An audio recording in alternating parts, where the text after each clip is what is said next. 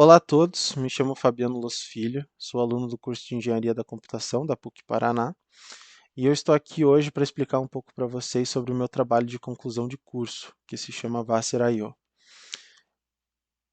Explicar um pouquinho do contexto de como chegamos nessa ideia desse projeto.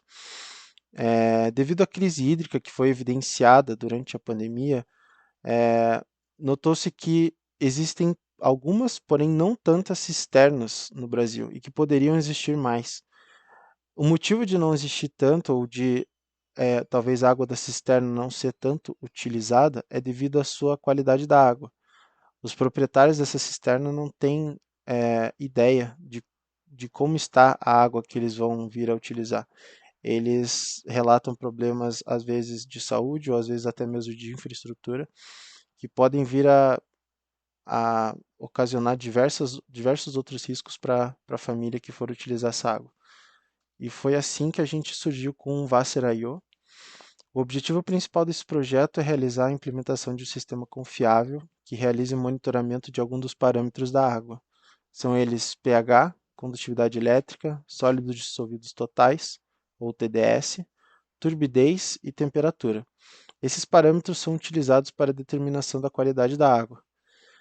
Então, mergulhando um pouco nos objetivos específicos, o sensoriamento e a captação correta dos parâmetros que foram acabados de ser citados, a calibração dos sensores utilizados com sondas automáticas, esse era o objetivo inicial, porém a PUC não detém dessa tecnologia e foram utilizados sensores específicos que podem ser visualizados na imagem abaixo.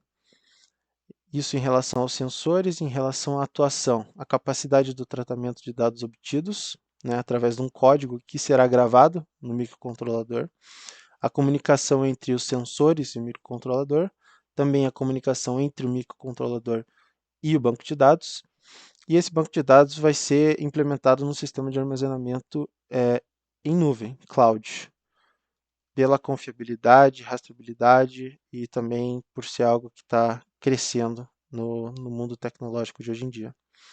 Além disso, a terceira seção de objetivos específicos diz respeito à interface. Então, inicialmente foi colocado o desenvolvimento de um aplicativo móvel que conseguisse examinar os dados armazenados. Pelo tamanho do escopo desse trabalho, ele foi alterado para uma interface web, mas que vai realizar exatamente a mesma função que esta realizaria. Sobre a solução que foi desenvolvida, esse é o diagrama de blocos, então ele está dividido em 4 grandes partes. A primeira de medição, que diz respeito aos sensores. Aqui a gente consegue ver melhor quais são os sensores que foram utilizados, então começando da esquerda para a direita, pH, temperatura, TDS e o mais de baixo ali, o sensor de turbidez. Todos eles foram montados e eles são o valor deles é captado através de um conversor analógico digital por mais precisão, apenas para isso.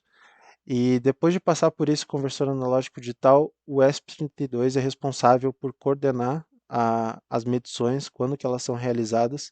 E esse microcontrolador foi escolhido por ser amplamente utilizado no mercado, além da capacidade de trabalhar com FreeRTOS e ter um módulo Wi-Fi. Depois do tratamento desses dados, o módulo de atuação envia via protocolo MQTT para um módulo de armazenamento. Esse módulo de armazenamento é todo trabalhado dentro do AWS e aqui a gente consegue ver em mais detalhes que a gente usa vários módulos diferentes do Amazon Web Services.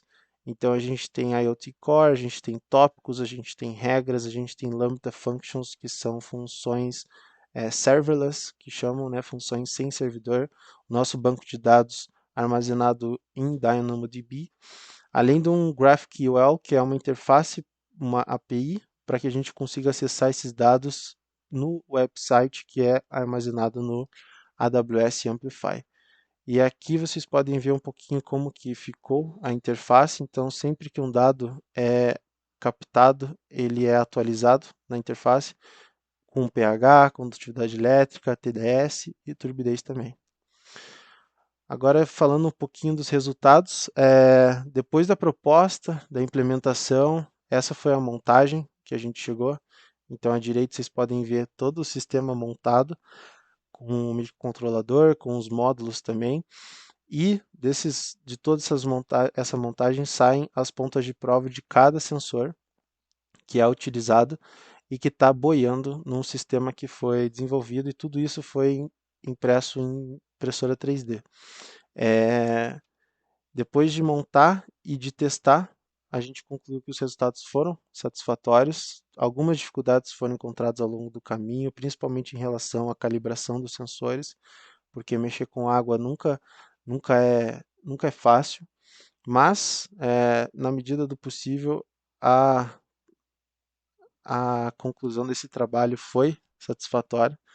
A gente concluiu que as contribuições de trabalho para a comunidade científica são evidentes, visto que não tinha nenhum produto ou algo semelhante que pudesse produzir um resultado como o que foi apresentado.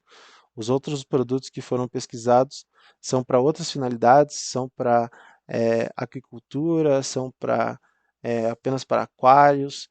Então, não havia nada no mercado que pudesse captar os dados em tempo real e enviar para os seus usuários com tantos parâmetros quantos foram apresentados aqui. E é isso. Se tiverem alguma dúvida, vocês podem me procurar e espero que tenham gostado. Muito obrigado.